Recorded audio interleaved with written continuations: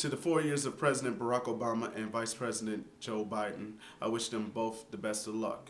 It's going to be 4 years of Obama bashing from the dumb right, so be prepared as I continue to fight for the truth and fight against the distortion of the mainstream media. As I give my opinion about what's going on with the government, my community, and of course the mainstream media, I want you to be posting your comments at the bottom and rate it however you feel. Let me get started by saying that if you are attending the Washington event, I want you to be prepared. Be prepared because it's going to be like a fortress in Washington, D.C. And of course, be prepared for the weather. It's going to be absolutely cold. And for those who are going to attend, which I'm guessing about 2 million, they're going to be sitting in line and waiting for up to 6 hours to see the swearing in of Barack Hussein Obama, the 44th President of the United States.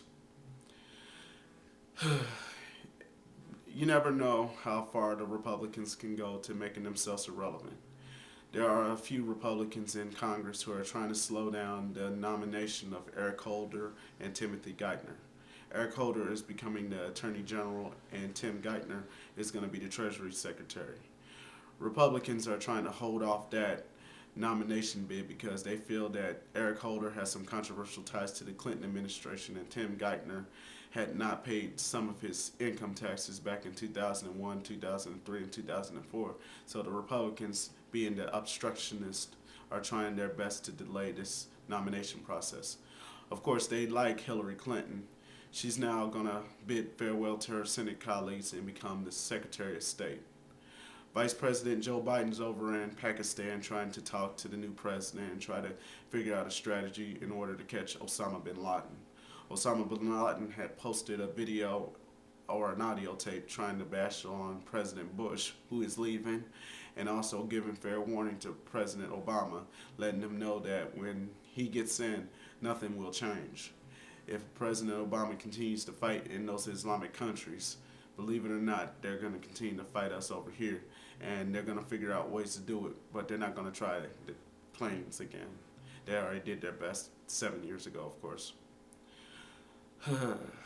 Fox News, talk radio, the internet, Republican opposition research, and of course, the members of the dumb right. Glenn Beck is going to join Fox News. I wish him and his family well. Glenn Beck had left Headline News to join Fox News. His show, The Glenn Beck Program, will be on January 19, 2009. Check your local listings. Sean Hannity's show, Hannity, has already been the talk of the town. Of course, more progressives are watching it because they already know how Hannity handles his programs. And of course, one segment called Liberal Translation is already caught firestorm because the progressives and liberal critics are really hating the fact that Hannity objects his own opinion in how Senator Harry Reid or President Obama or Secretary of State Hillary Clinton are talking. Basically, he puts in his own translations to what Senator Harry Reid or President Obama or Vice President Biden are saying stuff, and then he interprets it in his own negative campaign against the president. So from this point on, I think I will call him Insanity Hannity. Ann Coulter wrote a book called Guilty, in which she criticizes the media. John Ziegler interviews Governor Sarah Palin, and Governor Sarah Palin criticizes the media. Once again, Shem Coulter, John Ziegler the Tickler, and Governor Sarah Palin are whining about how the media has mistreated them. Once again, I think to myself, for them getting such negative coverage in the media is because of the negative campaigning they have done. Senator John McCain and Governor Sarah Palin have been negative in their campaigning, so they are expected to get negative press coverage. Am I right? Bill O'Reilly, he's still whining. His radio show will end shortly, and he's whining about the hotly contested U.S. recount in Minnesota. The U.S. Senate race between Norm Coleman and Al Franken is concluding, I guess, but the Republicans refuse to seat Al Franken. Al Franken's a former comedian. I guess when you say former comedian, they're trying to make this a joke because the Republicans do not like Al Franken, and that's their public number one enemy. The Republicans are going to try to filibuster Obama's tax stimulus plan, in which he's trying to give about a tax break to all the middle-class workers. The Republicans don't want it because they feel that Obama's already outspending President Bush, and he's not even in office yet. At the time of this posting, I guess you know it's about time.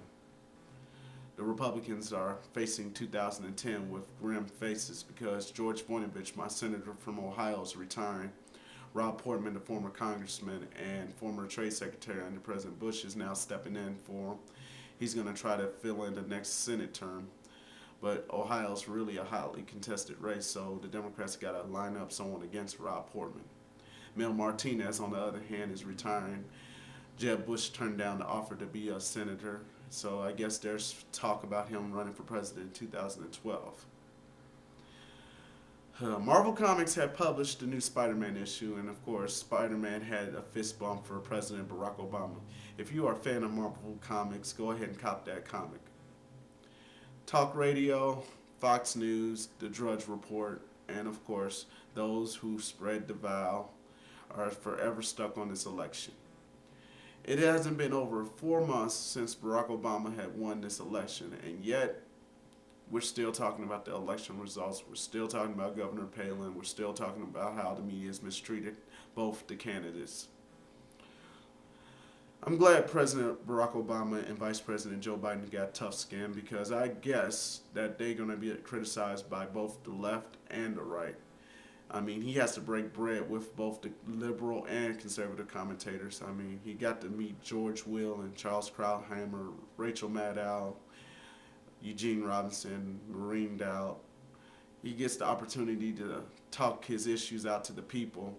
And for Fox News and the Talk Radio, the Drudge Report, and many others on the dumb right, it's like blah, blah, blah, blah, blah. And it's getting old. The Republicans really need to divorce Rush Limbaugh, Pat Robertson, and the rest of the dumb right. They really need to. In order to save whatever left of their Senate and House seats, they need to figure out a strategy in order to please the people who didn't vote for them. I guess if the Democratic Party has to move to the middle, I guess the Republicans will too. It's only about trying to unite this country together. President Bush will deliver his last address to the nation, and I wish President Bush and Vice President Cheney well.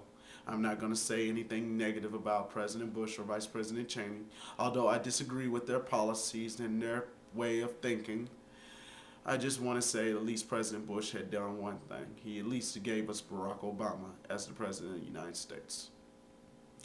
So once again, I'm doing this as a favor to all those who are subscribing to my videos, all the friends who are watching, and of course the critics who are going to continue to post nasty comments about how I am. Once again, I don't care what you think about me. All I got to say is that I live in Dayton, Ohio. The economy is my #1 issue, and that's what the Obama administration is planning on doing. There's the #1 issue for the Obama administration, is work on that economy. If the Republicans continue to be obstructionists, they'll face the scrutiny of 2010 and 2012. They can't blame the media for their mistakes. If they don't listen to the people, then the people will vote them out. Isn't that simple?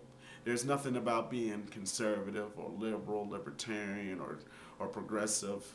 I mean, it's all about being basically an American. So there is no such thing as liberal bias, conservative bias. It's just corporate-owned media.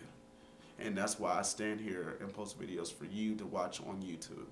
I'm not trying to be entertaining. I'm just giving you my honest opinion through commentary. Thank you for visiting me on YouTube. And once again, be prepared. It's going to be a rough 4 years for us all.